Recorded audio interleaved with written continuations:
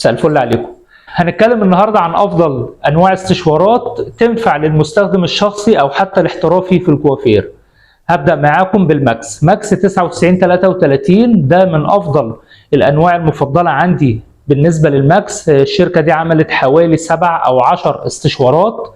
انا شخصيا بفضل النوع ده، لان باقي الانواع هتلاقيه مثلا 4000 واط 5000 واط، وانا بقول ان مفيش حاجه بتوصل للرقم ده مع البودي المصمم اللي انتوا شايفينه ده.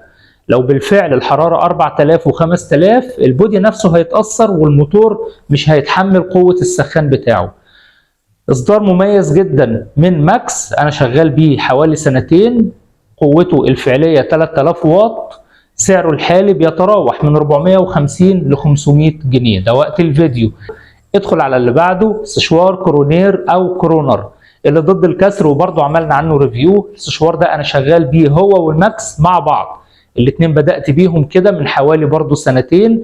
شغل مميز جدا. البودي بتاعه بالفعل مش بلاستيك طبيعي، لا، تحس انه بلاستيك مقوى او مطعم بجلد او بشمواه، وهو فعلا ضد الكسر. لو لا قدر الله وقع منك ما يتكسرش ولا يجرى له حاجه. وبيجي معاه قطعه الديفيوز الكيرلي اللي انتوا شايفينها دي، ومتوفر باللونين دول، الاحمر في اسود او الفسفوري في اسود.